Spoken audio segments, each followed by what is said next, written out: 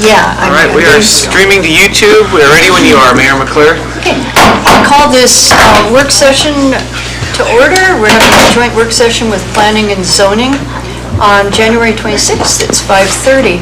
Mr. Clerk, do we call roll for such things? Oh, we don't need to. Looks like there's quorums for both Okay. council and the commission. Okay, thank you. So we can get started. The way I envision this is I'm going to start with Danny just giving some sort of overview, and I'd like to hear from planning and zoning people, just opinions and things, and then we'll bring it to council and ideas back and forth a bit. If there's time, we'll get public to comment. We've got till about 10 minutes to 7, so that's about where we're at. So, and just be advised that this is a work session, so we don't make any votes or decisions. We can make recommendations to administration to pursue something, but that's what can come out of this at the most from the work session. Okay. So, administration, well, I should start with the city manager, though. Do you have anything to say first? Thanks, Madam Mayor. No, I will defer to the original plan of starting with Danny. Okay. Okay, thank you, Madam Mayor, council members, commissioners, public. If it's helpful, just for a timeline, for a good chunk of 2024, the commission met for several work sessions to discuss current code language for marijuana establishments. We last had a joint work session with City Council a year ago, and now we're kind of bringing us up to speed. The direction from that one was to have a second work session, and that is what we're doing today. I did write a brief memo, if it helps frame the conversation, for some outcomes that our office would like to see from tonight's work session. One of which is identifying different policy pathways available for the city, allowing the commission to summarize their recommendations.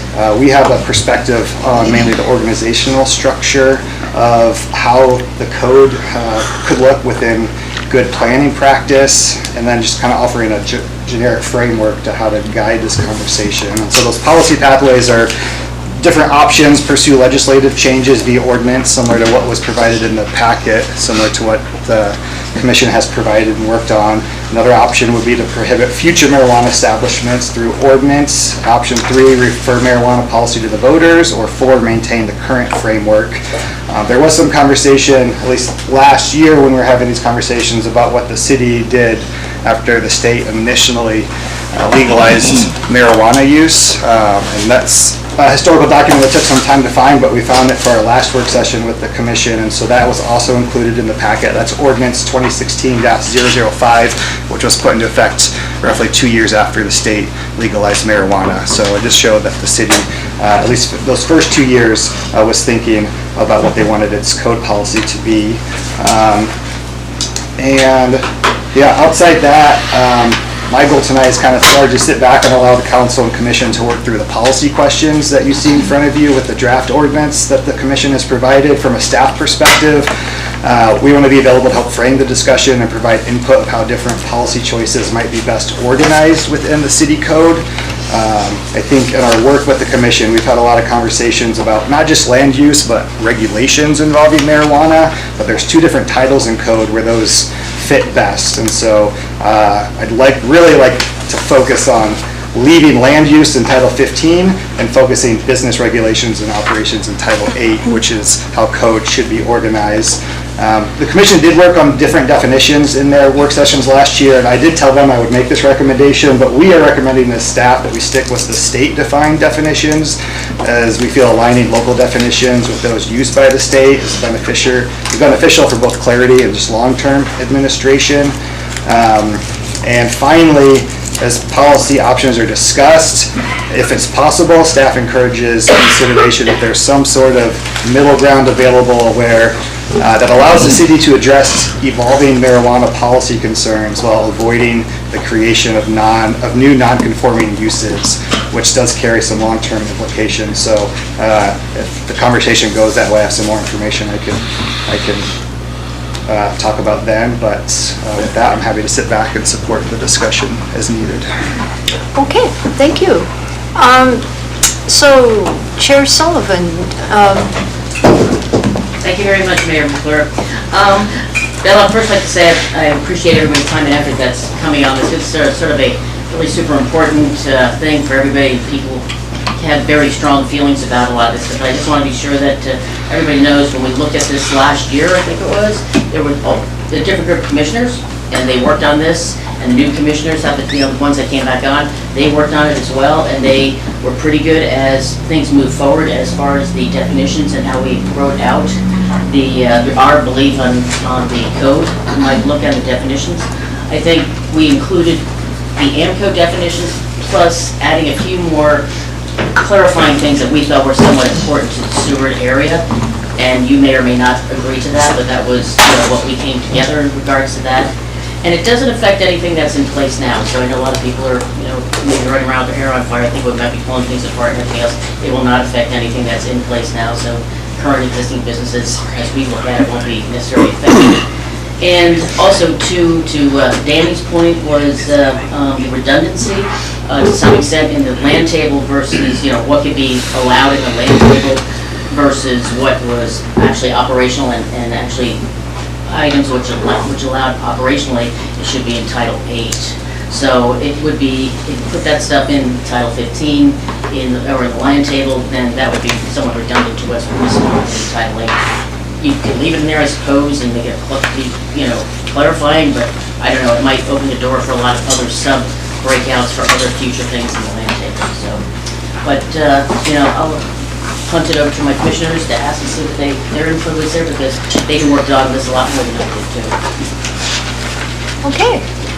This is pretty informal, and you just, tell us what you want to ask. Well, like Commissioner Selman said, we worked on this quite a bit, and with a lot of public, and I've had a bunch of feedback from public in the last week or so, and everybody that I've spoke with, I made a point to ask what they thought about this ordinance, and everybody seemed to feel that was under what we could take care of anyway in this, that they were happy with the way it was going.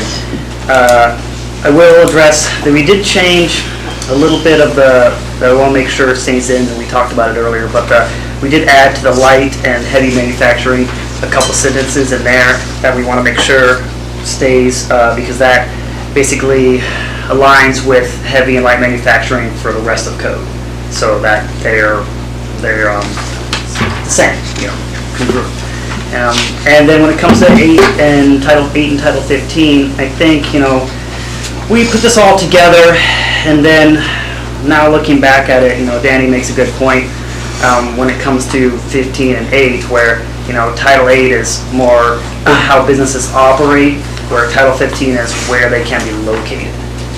And so I'm not sure that we don't necessarily need to, in Title 8, say what they do, more as what they're located, where they're located. And Title 8 for you guys should focus on what they can do in that spot. I think that would tidy things up and also give a little more strength to it, because Title 18 is Title 8 is a little stronger, and Title 15 can move around a little bit depending on CUPs and whatnot. Can I add something, if that helps make sense? So essentially, what in the draft ordinance, so the state defines 4 different marijuana establishments, and one of them is a retail marijuana store. If you look at the draft ordinance, they basically split up the retail marijuana store into 3 different land uses. It's a retail marijuana store with indoor consumption, one with outdoor consumption, and one with drive-through. What we're saying is, if there's a policy direction of allowing or not allowing indoor, outdoor consumption, on-site consumption, or drive-throughs, that should just be in Title 8, because it's not really good planning practice to separate base land uses based on how businesses are regulated, because then you could just do that with the whole land use table. Now it's kind of a loophole where the commission is now starting to regulate businesses more than just land use. And so whatever the decision is, it's not we're advocating one way or another, it's more how it's organized in code. And to add to that, it would be like having a situation with somebody saying, hey, I'd like to go to Seward to open up a marijuana establishment with on-site consumption. They'd look to Title 8 and say, oh great, it's allowed. Try to look at Title 15 and realize that it's not allowed anywhere. So it's kind of a a secondary way to make something non-compliant through Title VIII. So if that was the overarching goal, it would be more efficient to put it in Title VIII, so then the marijuana establishment could just stay as one with the caveats throughout Title 15 in the land use table. Okay. Other commissioners, comments? Yeah. Yeah, I, for the purpose of lending more context to the potential changes in our code, I would like to speak specifically to the changes and additions I submitted for discussion on our last P&Z work session meeting, which I forwarded all to you. And on item 1, I suggested identifying a more refined definition of what constitutes high-potency THC products in case those items could be made prohibited for sale in our community. I know that might be a heavy lift in some cases, but it is becoming a progressive movement amongst places that have legalized marijuana and realizing unfortunate outcomes. And it's just becoming more and more transparent that such products have evolved since legalization. Public health and consumer outcome from marijuana consumption has, while it's evolved, the consumer outcome in from marijuana consumption has been devolving. So consequently, we're seeing rising rates of overuse disorders, addictions, and cannabis-induced psychosis and illnesses. So in the spirit of prevention and creating more proactive measures of encouraging a healthy community, which was highlighted very much so in our comprehensive plan, this could be just one of many measures that could be employed for creating better awareness and consumer confidence with buyers, or with what buyers may or may not choose to purchase. So it's not necessarily a matter of, like our chair always refers, the horse is out of the barn. We realize that we're not trying to unlegalize it as much as bridle the horse, so to speak. So it should also be noted that some may suggest that we should simply be prepared to the normalization of marijuana, and I'll say alcohol consumption as well. If we're going to do that, then we should also be prepared to embrace and normalize the need for addiction therapies along with mental and physical treatments in reaction to such normalization efforts. We should also be careful not to stigmatize and to recognize the many people and provider efforts in the field of prevention and or rehabilitative care. Via Seaview Community Services, the City of Seward is host to at least 20 beds for those seeking addiction therapies, as well as several other providers, a hospital, and our EMT services who put forth a lot of resources treating people with overuse disorders. And all this represents a rather, I believe, an underrepresented segment in our community that is real, and it needs to be a healthy and supportive culture. We need to have a healthy and supportive culture surrounding it. As for item 2, I just wanted to take exception to staff comment, and I don't mind being humored by it, that my suggested distance increase from 500 to 1,000 feet could be a sneaky way of saying marijuana establishments should not be allowed in Seward. I wasn't intending to be sneaky at all, as much as I was very intentional and unapologetic in my laydown based on citizen input that I had received. Ron? Yeah. We don't have this in our packet. I know you sent it, and I did read it, but I have to ask, was this discussed by the whole planning and zoning, or was this just a laydown at the last minute? I can't remember. I watched all the meetings. Yeah, I'm just adding more context to it, so. The laydown she's speaking of did come in the last work session, and It was in the packet. yeah. It was in the packet for the previous work session Yes. held, but not for the work session tonight. No. No. Okay. Yeah. But, go ahead. But you did receive an email, correct, that had this information? Okay, thank you. Well, that's what I'm trying to find. I'm just, My email's actually, thank you. this was some time ago you sent the email. No, it was, Yeah. you should have got it this morning. Oh, I'm not sure we got that I then. got a message from the clerk that they said they forwarded it to you. Okay. Well, do you have more? I do. It happened to look like this. Oh, yeah, okay. Okay, and then it had also these portrayals on it, Right, got it. okay? That references the THC potency information I was referencing. So back to the distance, this distance requirement that I was noting is up for discussion, and if council prefers to see a marijuana establishment on every other sewer proper street corner, then they could just as easily suggest a distance requirement of 100 feet. But I don't believe that is a message we are getting from the public lately. And/or they may just prefer to put a limit on the number of establishments in Seward altogether. The state requirement is 500 feet, so the city could not. Right, and that's what we've been going by, correct? Okay, well, I was being a little sarcastic, I guess, so you can't go under 500. As for item 2, or maybe was it 3? What did yes, item 3. I just urge the council to work with our state's Department of Community and Regional Affairs office and request a stay with AMCO on authorizing any more licenses or endorsements for marijuana establishments in Seward until we have updated our local codes. It's been almost 10 years and 5 pages of AMCO changes since the date of our last local ordinance on this subject, which was dated June of 2016. I also would take exception to some of our work and again, this will probably come up in Title 8, on the on-site consumption issue for indoor. We had it listed as a conditional use permit, and I just wanted to highlight it, that this would be against the Smoke-Free Alaska mandates and efforts that have been put forth earlier at the state level. So just keep that in mind.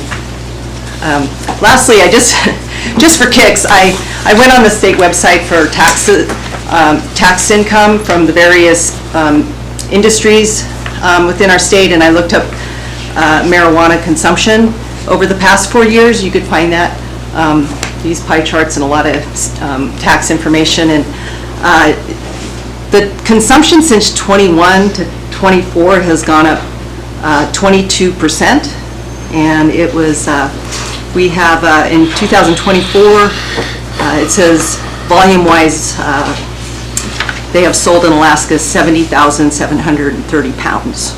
That's about over 35 tons.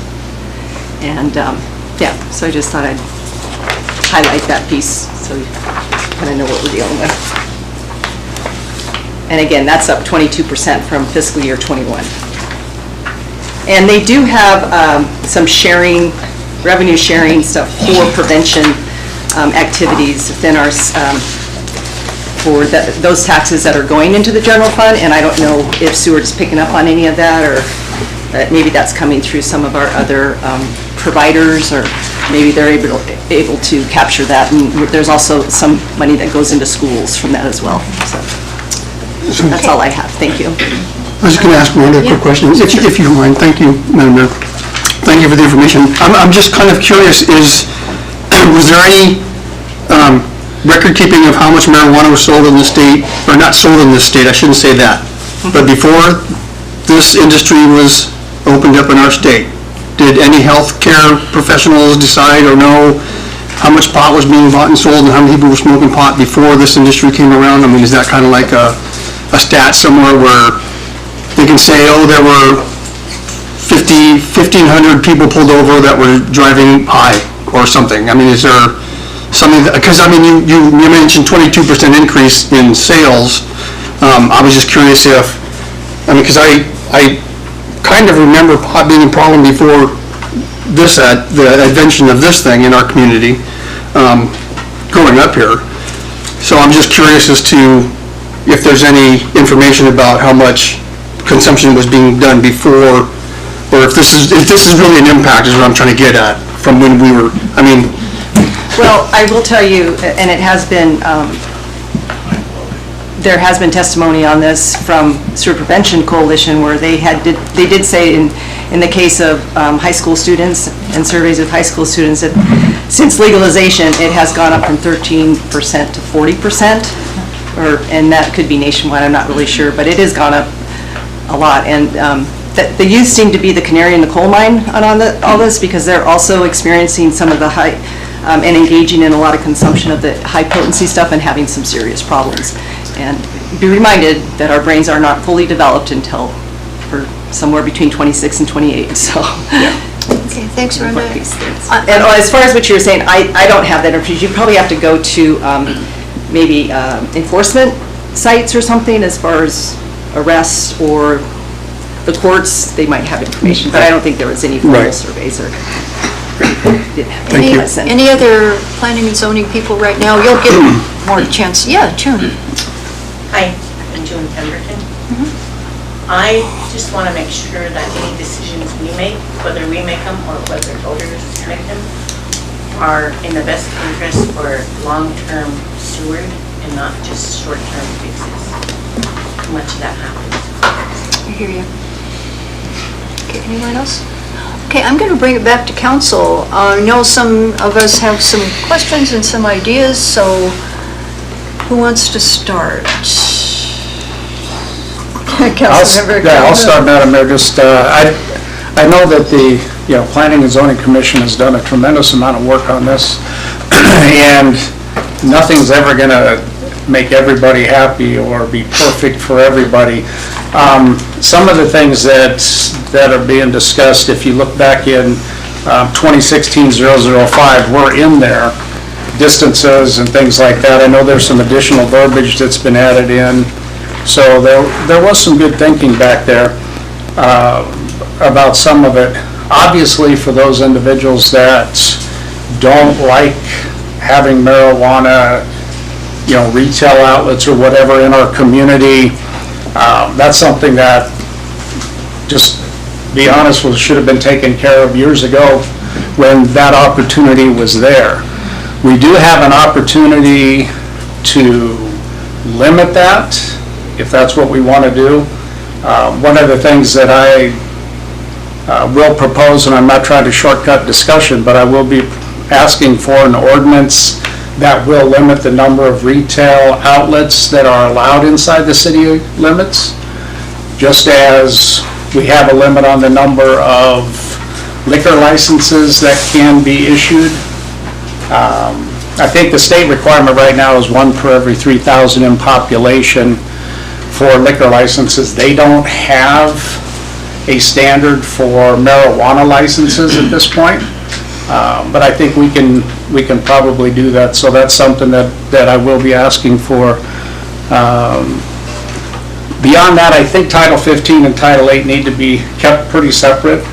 Land use is one thing. Regulatory on how the businesses operate in Title 8 should be kept separate from that, and the Planning and Zoning Commission can look at what's allowed to happen in certain zones and that kind of thing, but I think that Title 8 needs to be the one that determines what we allow those businesses to do at what levels. And I'm going to just leave it at that for right now. Okay, thank you. Yeah, Councilmember Burnley. Yeah, a couple of questions. I'm with Mr. Calhoun. I think we need to limit, somehow put a cap of some sort or limit how many institutions there are or businesses there are in town. Although unfortunately it doesn't impact the other side of the river there, but at least we're taking a step in that direction. The other thing is, I'm curious if we looked at, I don't know what the strength, I don't even know what a strong cannabis or THC, how much milligrams is a strong, say, drink or gummy bear or whatever they're doing, So how do we determine that? That's a really tough one. I kind of like the idea of that, but I just don't know how we go about that. If you guys have any ideas. Well, I'll give you a little start and little feeler on it. Back in the day, before legalization and before it became a chemistry project, our products anyway, as they have evolved, we were around, most of the products were around 5 to 15% or milligrams or whatever, and now it's up to, I get those crossed up sometimes, so I apologize, but micrograms, yeah. And but it was like 10 or 15%. Now they're up to, you have products out there that are up around 90% THC. And again, I did share that with you on these right here. So yeah, you're up to 50 to 80%, 95% THC. Before it was like maybe a quarter of that at the most. And so you really increase the potency significantly, and it's coming out in some really interesting Yeah, problems. so the point here is that we really don't know what strong is versus weak versus, so that would be a kind of a tough one to dive into, although I kind of like the idea, particularly from what I've seen in some of these edibles and drinks. They can be pretty dangerous, especially if you're driving. But that's a tough world to enter. I also want to point out that we're really lucky. There's a couple of things here, I think, in this whole industry that we kind of beat ourselves up in our town for not being ahead of this, but things are changing so fast that it's really hard to predict what's going to happen or what's happening. And so I don't think we should be too hard on ourselves for not being completely on this. I just don't. And I really commend you guys for doing a lot more than we have, for sure. For sure. But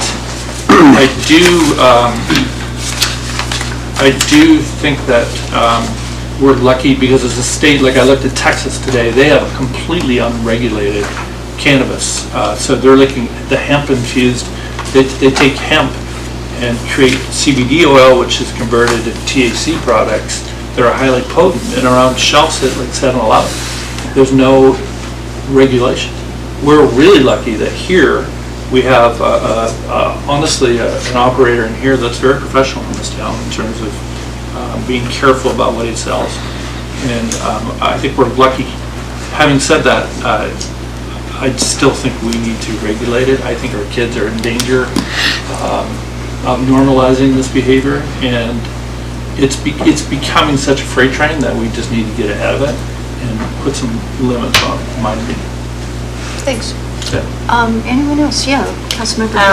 Yes, thanks, Madam Mayor.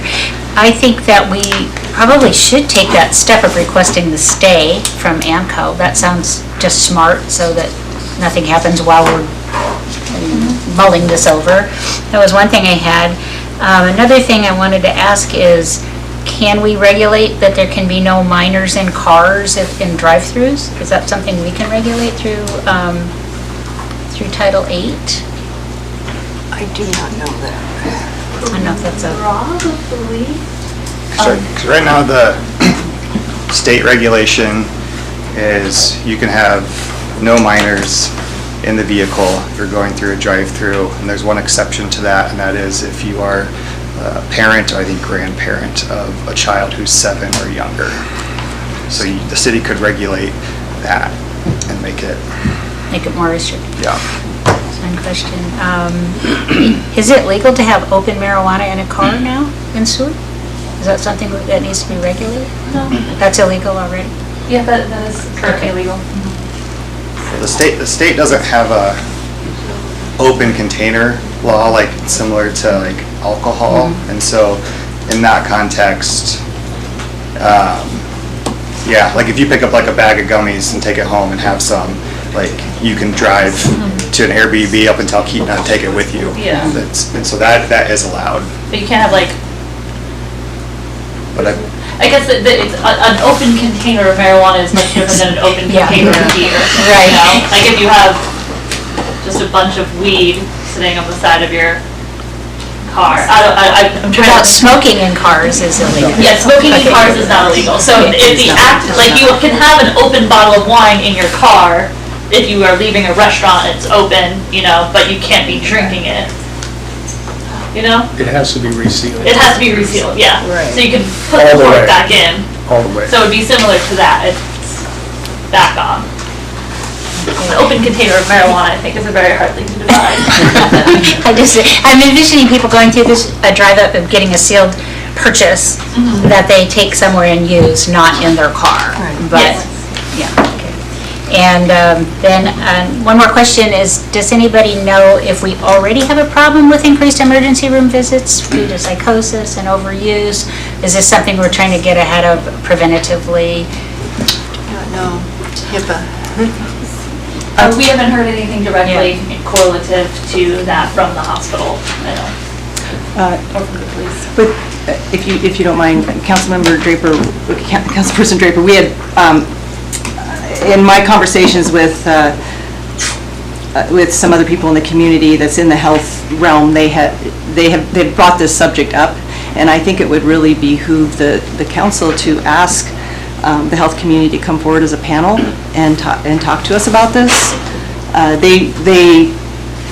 They shy away from, they want to remain neutral in any policy shaping type things, but I think from an informative standpoint, it would really help this body to understand what is going on and what are some of the outcomes, just, and not putting them on the spot for anything. But I know Sewer Prevention Council and the Youth 360 has gathered a lot of information because they are getting grants based on, preventative measures for their youth. So I would just encourage, and that I had a couple conversations today, and I get it, but I think that they need to be encouraged just to kind of help us understand, what some of these health concerns are.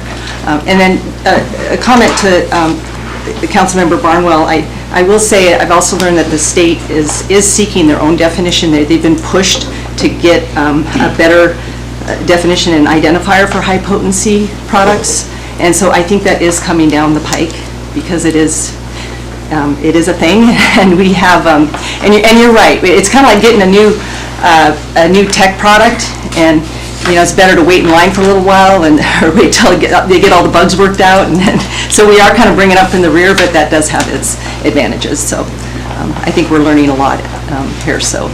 Okay, anyone else up here? But I just wanted to say to Bob, I don't know if you looked at that edible dosing guide that Rhonda sent this morning. That was pretty clear to me. It tells you, what to expect with different doses and stuff.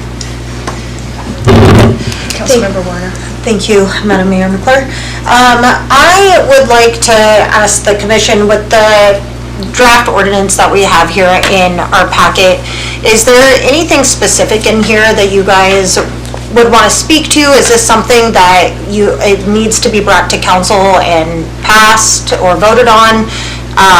Looking at it, I can see there's a lot of definition updates, definitely some changes to the land use table, but it does sound like we're getting a little bit wishy here between Title 15 and Title 8, and so with kind of what I've heard is that we want to keep these separate. So if we're here together with planning and zoning today for the work session, I feel like focusing a little bit more on this draft ordinance is where we need to be, and then we can move on to that Title 8 conversation where we're talking about potency or the way that businesses are going to be operating in our community.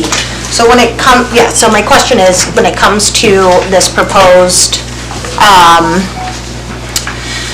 sorry, my brain just went offline. When we are looking at the proposed ordinance that is in our packet today, is there anything specific that you guys wanted to speak to, or do you guys feel this is fleshed out and ready to move to the next stage? And to clarify, the next stage would be planning and zoning voting it on it themselves. Right. So that has not progressed from draft from planning and zoning to with the body. So that it goes to the department to fix up the beginning and the whereases and such, right? And then you guys vote, and then it comes to us. I can help, and I'm sure staff can probably speak to this also, but I think, in my opinion, the three things that are probably should and could be addressed better in Title 8 and taken off of our table is the endorsements for indoor and outdoor consumption, as well as the drive-through windows. I think that's our Title 8 recommendation. Right. That's what Yeah, so the rest of it, I think, could probably be managed reasonably as we've submitted. So, wouldn't you say, Danny, is that what we're kind of seeking? Yes. Yes. So from an administrative point, if you don't mind, Madam Mayor and Council, I think looking at what the proposal we have on hand, there are changes that are made in that, through the land use table, that would outright illegalize things because they would not be allowed anywhere in city limits. Right. So the question goes back to you as a body is, how would you like those to be regulated in Title 8 so that they either correspond well with each other, or that they're working together in tandem instead of working against each other. So that is also a discussion among just this body, definitely take some input from planning and zoning, but that is outside of the planning and zoning Title 15 realm. So we can have the discussion about how those two work together, but it would also be great for you all as a body to discuss how you want to take some of those recommendations from Title 15 and perhaps create ordinances of your own that adjust Title 8 or anything else that you would have in mind to put those regulations in place so that planning and zoning can then put those regulations to use in Title 15. So chicken and egg sort of thing. A little bit. If we say, go ahead with your ordinance to planning and zoning as it is, then it'll get fixed up, come back to planning and zoning for a vote. In the meantime, before we vote on it, we could have a work session on Title 8 changes? Or should we wait? This gets really... If I was going to do anything right now, Yeah. if you were like, what's going to go? I would say AMCO stay, Title 8, then this. So this can just hold while you figure out Title 8, so then we didn't have to go back. But Danny also has an idea. I agree. I think I just want to make... the way that process works, because they'll probably want to make land use decisions based on what the regulations are in Title 8. Okay. So if they don't know what those are going to be, then they're kind of getting ahead of themselves, and then... Sorry, Jim. Well, I was just gonna say, so we would have to deal with Title 8 really first. Yes. Okay.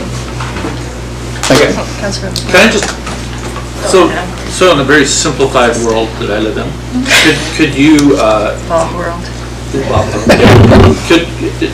what if we just said, hey, we want to limit marijuana establishments to 2 in this community, and we want drive-throughs prohibited from going forward, and we want some sort of,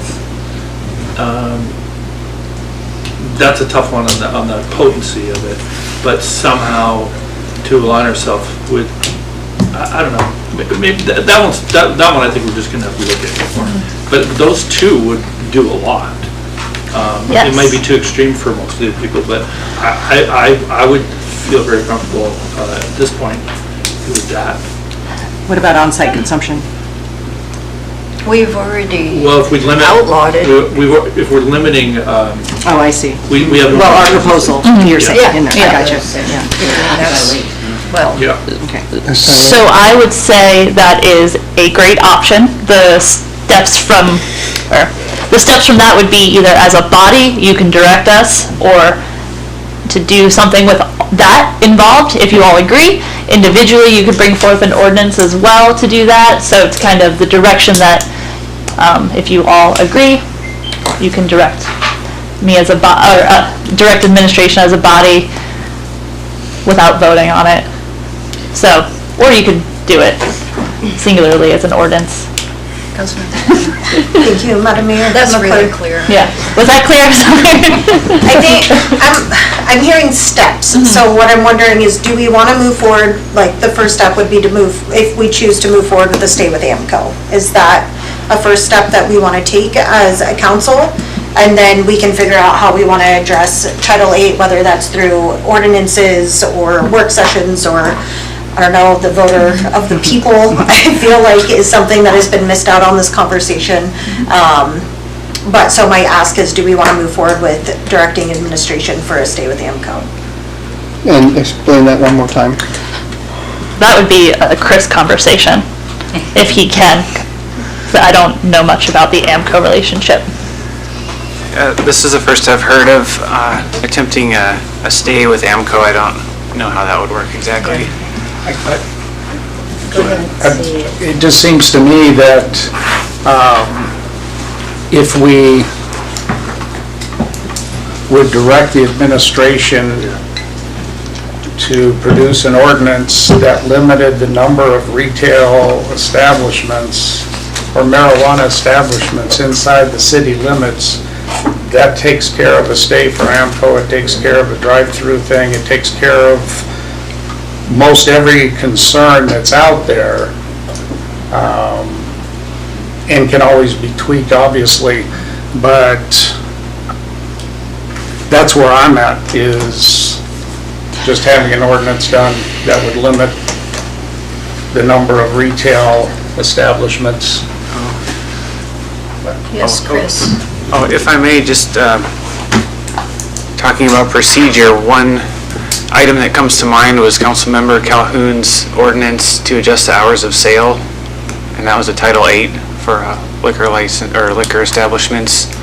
And the procedure we did on that was it started with a discussion item on a council agenda to get a general approval to proceed with directing the clerk and administration to draft this ordinance. Do that. And then it came back for the introduction of the ordinance. So it's just kind of a way to get it in motion was to have council approve us working on it to bring it forward. Could we have that approval be done right now, or would it have to be in a main council meeting? We can give direction Yeah. now on just about anything we choose. Yeah, so it would be, As I so this is a more fleshed out discussion item, so we're already even at that first step. Right. Danny, sorry. I was just gonna say, like, the benefit of the cap, because I was looking through the different scenarios, is it prevents you creating a non-conforming use with the current businesses. Because I think the city has an obligation to look at the big picture in that piece too, which is state legalized this a decade ago. Within 2 years, the city had its regs, and within 2-3 years, the business came about, and the city knew what the business plan was, and so less than a decade later to create a non-conforming use out of that, like, is that a good look for the city with small businesses as a whole? And so that's just something, like, if there's a way to regulate it in a way that keeps the business conforming, but takes into account the ever-evolving marijuana regulations that are coming down from the state, like, that's kind of like the middle ground. I would tend to disagree because, I I'm think the sorry. cap does that though, doesn't it? Yeah, like cap would do that. The cap would do that, that's yeah. what we're asking for. Yeah, it was in agreement.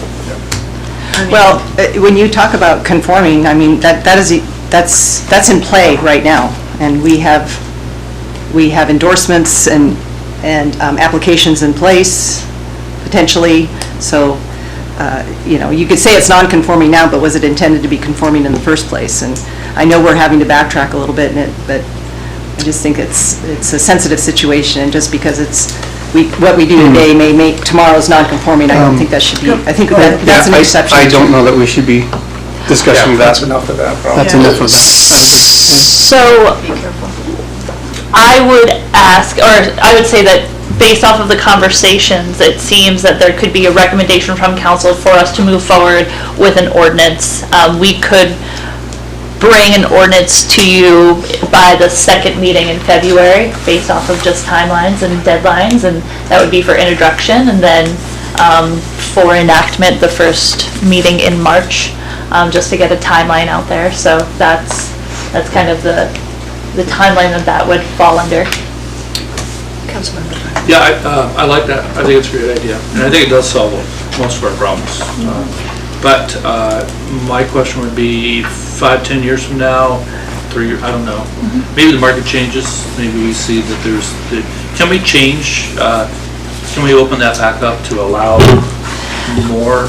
This is you currently changing it, so yes. No, so I'm saying it is, our code is ever changing. And it takes some steps to get there, but an ordinance is what changes code. So if we're having in the same situation and say we get a beautiful icebreaker in sewer that brings 200 families and our population skyrockets, and that leaves us at a point where there would be 5 marijuana retail establishments based off population, you can go in and adjust it. There's to the number that you would like. So the code is ever changing, the industries are ever changing, government isn't as flexible as small businesses, but we are able to adjust and react through our code and our ordinances. So if we were to tonight give direction, we'll get the wording from Councilmember Calhoun's suggestion of limiting it, just like the alcohol establishments. That still has to be done before the planning and zoning ordinance for Title 15 goes through. Yes. Okay. Or should, doesn't have to, but should. But that doesn't mean that all of this is gone. It just means that it's the next step. A lot of this is Correct. definitions too. And the So definitions these are need to be definitions, there. and they'll stay there as they need to change. Oh, yeah. But the operational aspects of things like that will change, but the definitions won't. But as far as you guys voting on it and getting to us, it would come after this suggestion. I think the cap would just move to the front of the line. and then it Pardon? should- I think the cap. Yes, ordinance that's would go what to I'm the just front of the line, making sure we all get that. But then I still think the Title VIII discussion. Comes should- first. Should be had, because you can deal with the, again, since the 2016 ordinance, on-site consumption, drive-through, like those are kind of here, but to Rhonda's point, like the high potency THC, that's kind of a relatively new thing, that could probably be looked at, and so yeah. Councilmember Warner, go ahead. Thank you, Madam Mayor McClure. I like the idea of a cap, but I also would really like to know more of what the community would like to see us addressing in Title VIII, because I feel like a lot of these conversations have been structured more around what P&Z is doing and what that looks like towards Title 15, and we haven't had as many community conversations around Title VIII. So I don't know, does the community really want a cap on marijuana establishments? Maybe they want to have the ability for somebody to come in and, I was sitting here trying to think of the word, but some competition, you know? I mean, maybe we want that, maybe we don't, I don't know. But we've really been focusing more on Title 15 and the land use on marijuana than we have really about the regulation in Title 8. So I don't know, I don't know how I feel yet about going straight towards just a cap ordinance without kind of exploring that a little bit more. Of course, it would be an ordinance for introductions, so when it's introduced, we could get public input. We'll be getting, as soon as this is out there, if we decide to do it, we're going to be getting public input. And then we'll have it would be a public hearing ordinance? Yeah, so we'd have the public hearing to adopt the cap in that ordinance too. So there would be quite a bit of public input, I think. Councilmember Calhoun. Thank you, Madam Mayor, and something I'll just add to that is there actually has been a tremendous amount of public input that would refer to Title VIII and not Title 15 at the different work sessions and meetings that planning and zoning has had. And so there's a pretty good feel from that segment on what people would like to see. And this is kind of like a step, because the other thing that's always out there is there's always the citizens can do something if they don't like what we do. And so that's always an option that's out there for just about anything. But I think this initially will kind of give everybody a little bit of what most people seem to want for now. And granted, at the next council, whoever gets voted in the next time could turn around and change it all. That's how our system works. But there's a need, based on all the input that I've heard from a lot of people in the community, I think there's a need for us to do something sooner than later to establish that area, and then the other discussions, whether it's strengths, that kind of stuff, you know, we can get into that, because there's a lot of this comes into personal choice too.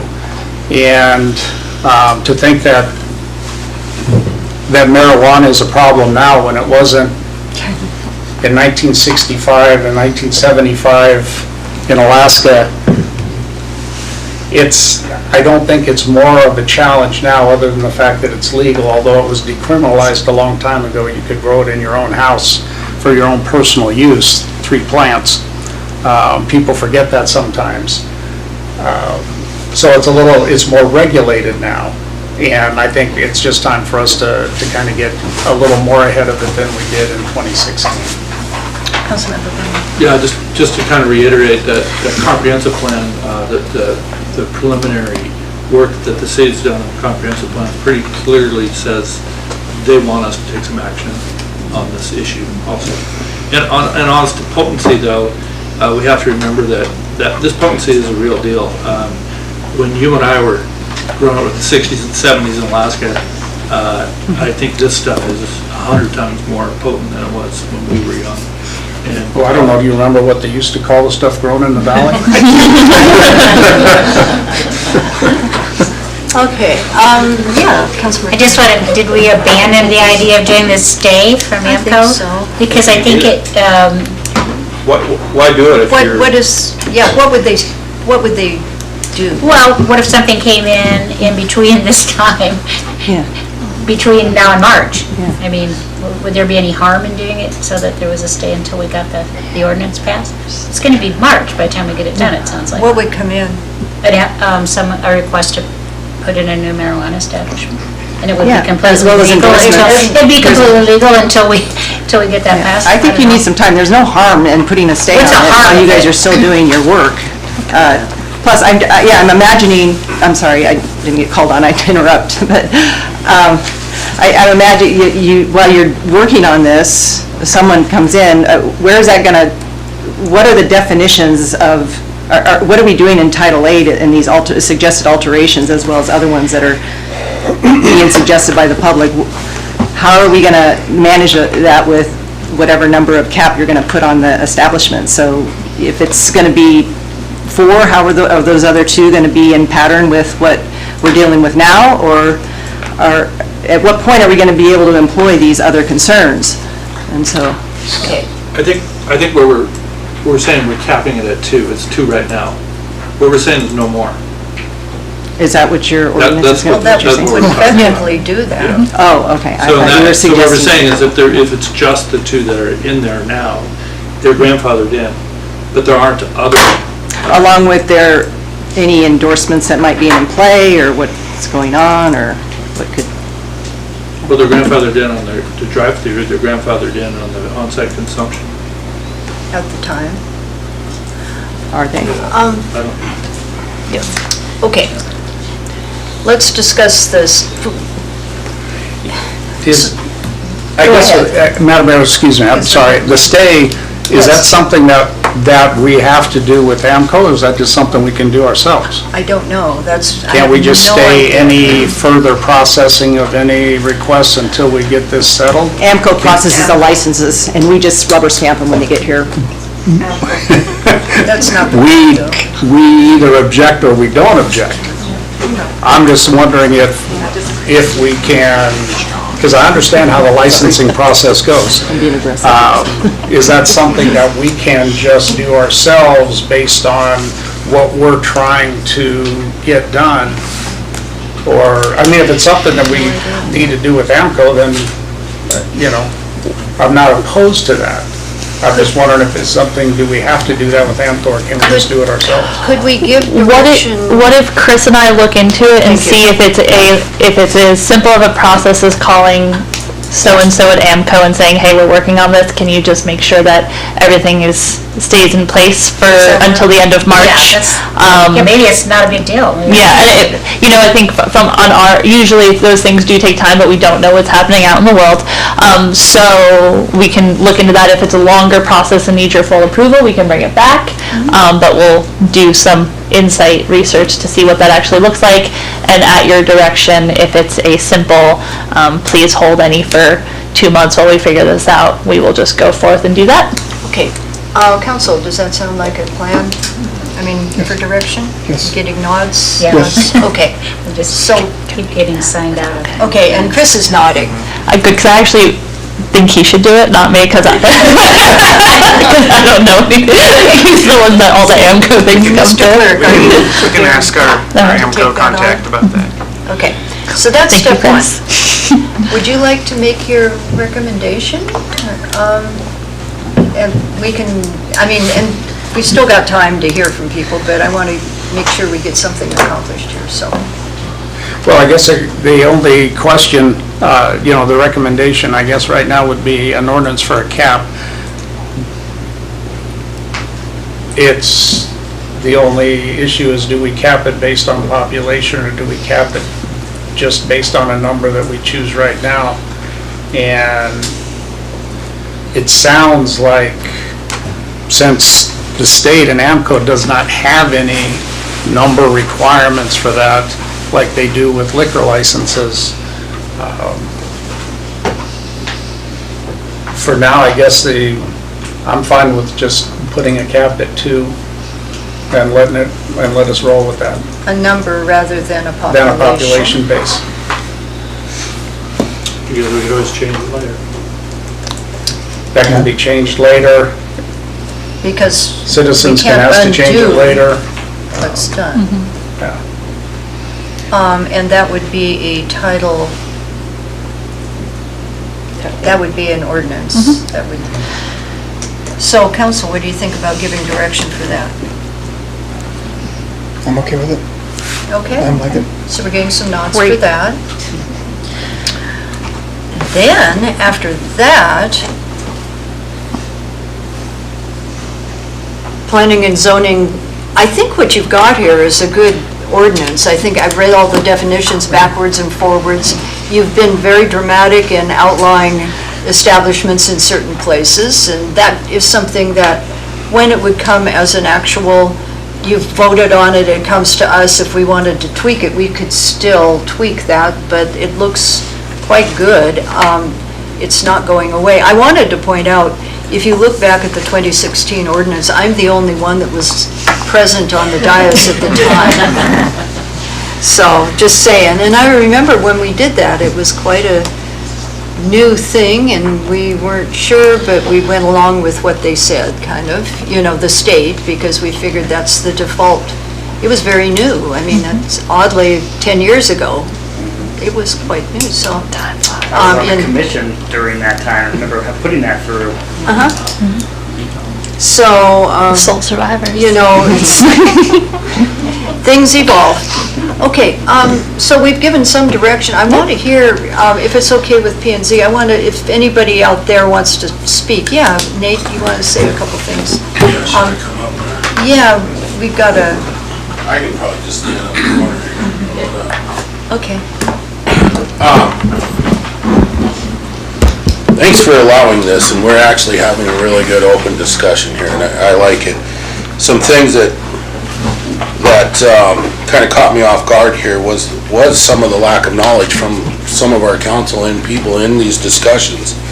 And first I want to address Barnwell's here just real quick.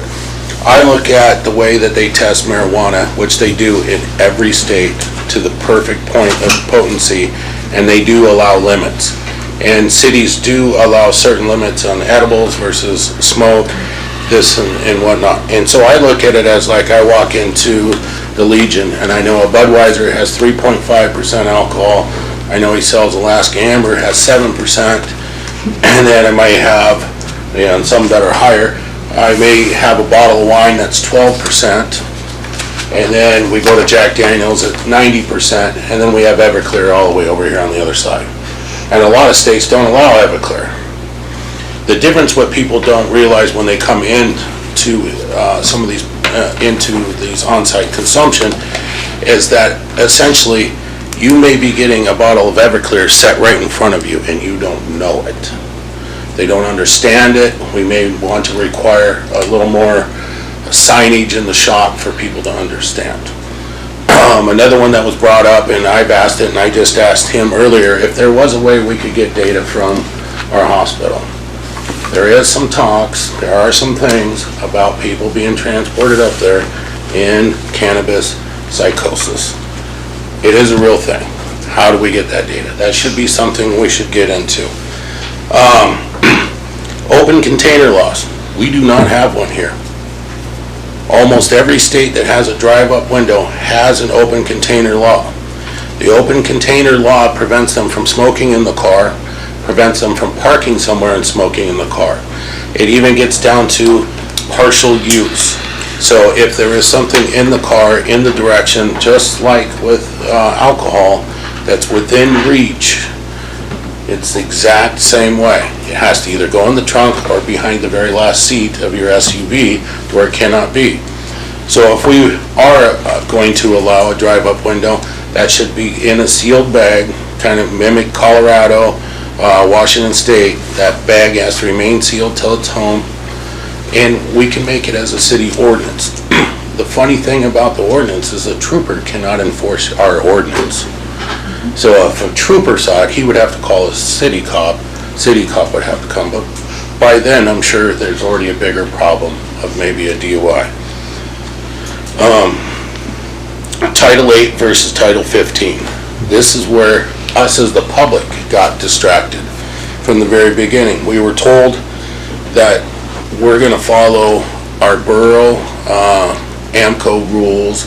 We really don't have them. We just changed all our ordinances at that time. We had nothing on the books for us to even have standing to make an argument with. We were told we have to go to planning and zoning. We went to planning and zoning. It came back and went back and forth. We went to AMCO meetings. We tried so many different things, but having some clear Title 8 stuff for us to come in and put input, and I would love to go into that, so that way they had clear direction, and we as the public know what body of the government we need to address when we do have a problem, because we don't have that right now. Who do we address on these, Title 15 or Title 8? So I think we could clear it all up, and we're here. But years ago, I sat in here and I asked for a public vote if we wanted to have marijuana in here. We have a store just outside the city limits that the borough allows more could happen. Does 2.5 miles make that big of a difference? I don't know, that's for you guys to decide, but, you know, I'm just here putting input in, and I appreciate the work and the time to be able to come up and talk and come and talking to this guy. Thanks, guys. I'll get yours next. Thank you guys. I really just want to say I really appreciate you guys all getting together and doing this. It has helped kind of clear up some things and like places on where to start, especially between the difference between Title 8 and Title 15. I definitely support your idea of putting a cap, and maybe that as being like Ordinance 1 movement forward, but there are a lot of changes that are coming down in deregulations at the state level in regards to cannabis that we do need to consider as a community that might affect us in the long run, and to be ahead of that would be better than doing this all again in 5 years from now when all of a sudden anybody who has a liquor license can now serve edibles within their facility, right? Because that's where we're going. We're going to restaurants that have cannabis that you can order off of the menu the same way you can order alcohol off the menu. And so we need to be a little more proactive, and we also, the other piece that I want us to consider in writing for Title 8 is whether or not we're going to continue cannabis being considered an under. I don't know if it is part of the language under smoke-free Alaska for our state. I don't know if we have any smoke-free ordinances locally, what that looks like, you know, because are we allowed to, if it becomes regulated or deregulated and allowed within restaurants, now are we smoking in restaurants again? The difference is it's no longer tobacco, it's just cannabis, and then we have to go through this whole decades of education to help people understand that it's just as harmful as tobacco, right? And so just some of those pieces that should be considered. There's also regulations or deregulations that are happening with regards to mobile or even like delivery cannabis. And so that's something that we should be considering as we're looking at Title 8. Maybe we only have 2 establishments, but are they allowed to deliver to somebody's home? Are they allowed to have mobile sites? Because that is also something that's kind of coming down the pipe. I have a lot of information on data, especially when it comes to like how cannabis is not our, you know, past cannabis when it was illegal. And so, you know, for one thing, it is, what they have found is it's about 800% more potent than what we used to grow illegally in our homes. And it is triggering psychosis, especially in our children. One psychosis triggering event from cannabis use can drastically, basically trigger schizophrenia or bipolar disorder, especially in our youth. And all it takes is one psychosis event for them to be triggered lifelong mental health illnesses. In Denmark, they found that 30% of their schizophrenia patients could have avoided triggering schizophrenia in themselves if they had just avoided cannabis. We are now looking at that as happening to us now because of the legalization. I always want us to put our youth first when it comes to any of the stuff that we're doing in protecting them and putting up safeguards. We as a state did a really, really good job when we first started with several of what we put into place in regards to not allowing anyone under the age of 21 to work in any avenue of the cannabis industry. We also didn't allow outward-facing signs. We didn't allow anybody, one that I thought was the best was no non-residents are allowed to be investors in any cannabis industry in Alaska.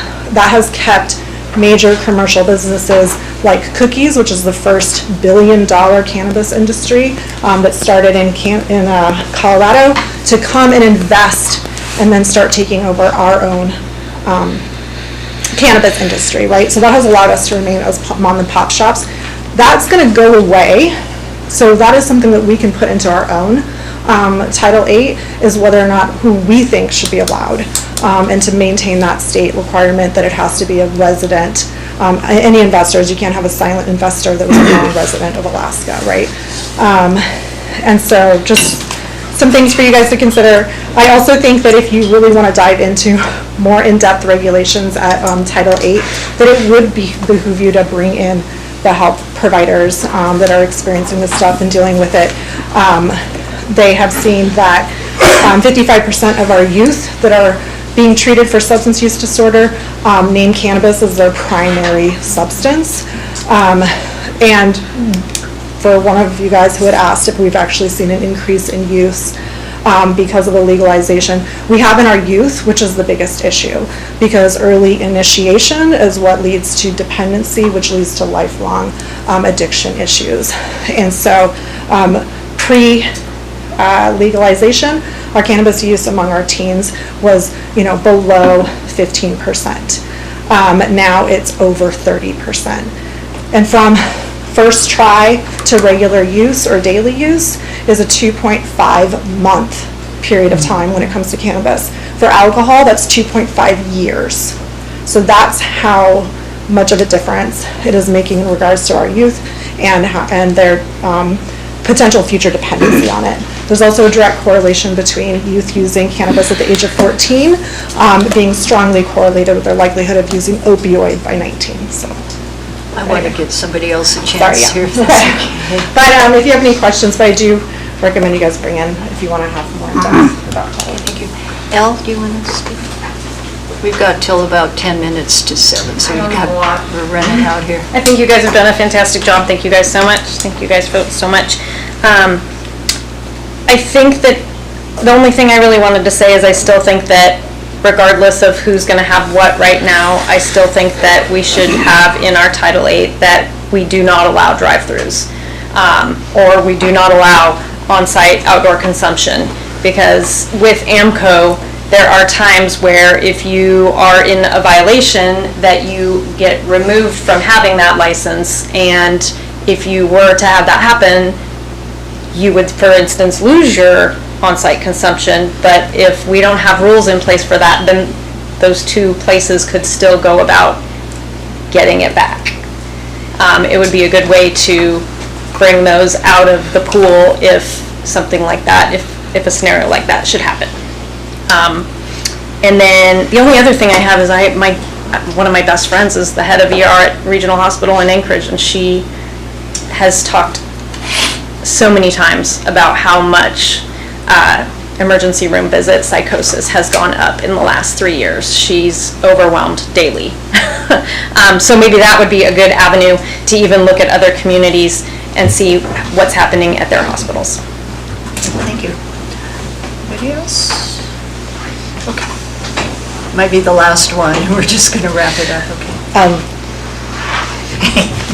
You're just I concur. I love that you guys are having these conversations. This was my interest in this was just listening to all these meetings over the last few years and realizing that, gosh, we really need some policy in place. And I think a limit of business is a great first start. I would love to see you guys actually also address whether or not we want to have on-site consumption, and if you do allow on-site consumption, outdoor versus indoor, the whole smoke-free Alaska, that's a really important thing, because there is one of the two, I think, currently does not have on-site consumption, and we need to put some rules in place for that. I think we should have some policy about drive-throughs for alcohol and marijuana. Like, these are big ideas in the community, and if there are drive-throughs, I love Lori's idea of just saying no children. We've heard what this is doing to our children, 7 and under even. You guys could put in ordinance that you don't want any children in the vehicle. And then that packaging of making sure people aren't eating or consuming these items in the vehicle, especially once we're looking at liquids going into drinks and coffees, and there's some real gray area there that I think it's important that we get ahead of.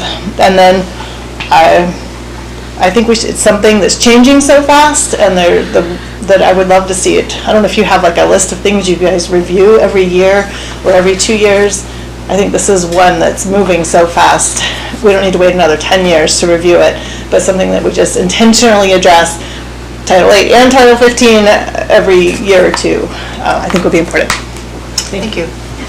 Okay, I'm going to bring it back. Council, do you have any last thoughts? Administration people, do you have enough direction to get us going? And Chris also? Yes, Okay. I believe we do. Any last words from PNC? I know that we really appreciate all the work you've been doing. The fact that a lot of us don't go to the meetings, I mean, it's nice to stay, like I say, stay home with the cat, and watch the meetings, and so that's what I do.